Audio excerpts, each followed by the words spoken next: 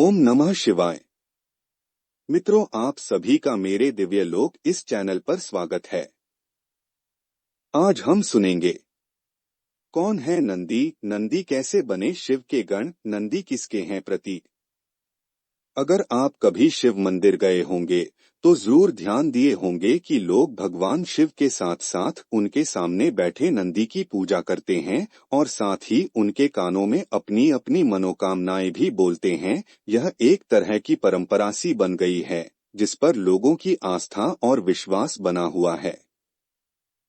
कौन है नंदी? भगवान शिव के प्रमुख गणों में से एक है नंदी। भैरव, वीरभद्र, मणिभद्र, चंदिस, श्रृंगी, भृगिरिटी, शैल, गोकर्ण, घंटाकर्ण, जय और विजय भी शिव के गण हैं। माना जाता है कि प्राचीन कालीन किताब कामशास्त्र, धर्मशास्त्र, अर्थशास्त्र और मोक्षशास्त्र में से कामशास्त्र के रचनाकार नंदी ही थे। बैल को महेश भी कहते हैं, जिसके चलते भगवान शंकर का नाम महेश भी है। नंदी कैसे बने शिव के गण? शिव की घोर तपस्या के बाद शिलाद ऋषि ने नंदी को पुत्र रूप में पाया था। शिलाद ऋषि ने अपने पुत्र नंदी को संपूर्ण वेदों का ज्ञान प्रदान किया। एक दिन शिलाद ऋषि के आश्रम में मित्र और वरुण नाम के दो दिव्य ऋषि पधारे।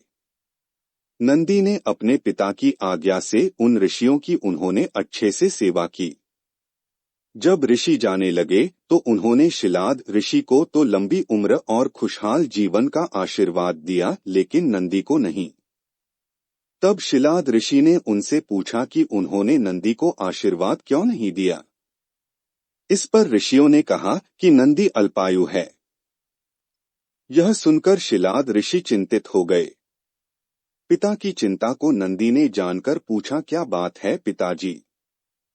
तब पिता ने कहा कि तुम्हारी अल्पायु के बारे में ऋषि कह गए हैं, इसीलिए मैं चिंतित हूँ। यह सुनकर नंदी हंसने लगा और कहने लगा कि आपने मुझे भगवान शिव की कृपा से पाया है, तो मेरी उम्र की रक्षा भी वही करेंगे, आप क्यों नाहक चिंता करते हैं। इतना कहते ही नंदी भुवन नदी के किनारे शिव की तपस्या करने के लिए चले गए। कठोर तप के बाद शिवजी प्रकट हुए और कहा, वरदान मांगो वत्स। तब नंदी के कहा कि मैं उम्र भर आपके सानिध्य में रहना चाहता हूँ। नंदी के समर्पण से प्रसन्न होकर भगवान शिव ने नंदी को पहले अपने गले लगाया और उन्हें बैल का चेहरा देकर उन्हें अपने वाहन, अपना दोस्त, अपने गणों में सर्वोत्तम के रूप में स्वीकार कर लिया। नंदी किसके हैं प्रतीक? आपकी जानकारी के लिए बता दें कि नंदी पवित्रता, विवेक, बुद्धि और ज्ञान के प्रतीक माने जाते हैं। नंदी का हर क्षण भगवान शिव को ही समर्पित है और वह सारे मनुष्य को भी यही शिक्षा देते हैं कि वह अपना हर समय भगवान शिव को ही अर्पित करता रहे, बाकी भगवान उसका ध्यान जरूर से रखेंगे और आपकी हर छोटी व बड़ी इच्छाएं पूरी करेंगे। जिस तरह गायों में कामधेनु श्रेष्ठ है, उसी तरह बैलों में नंदी श्रेष्ठ है।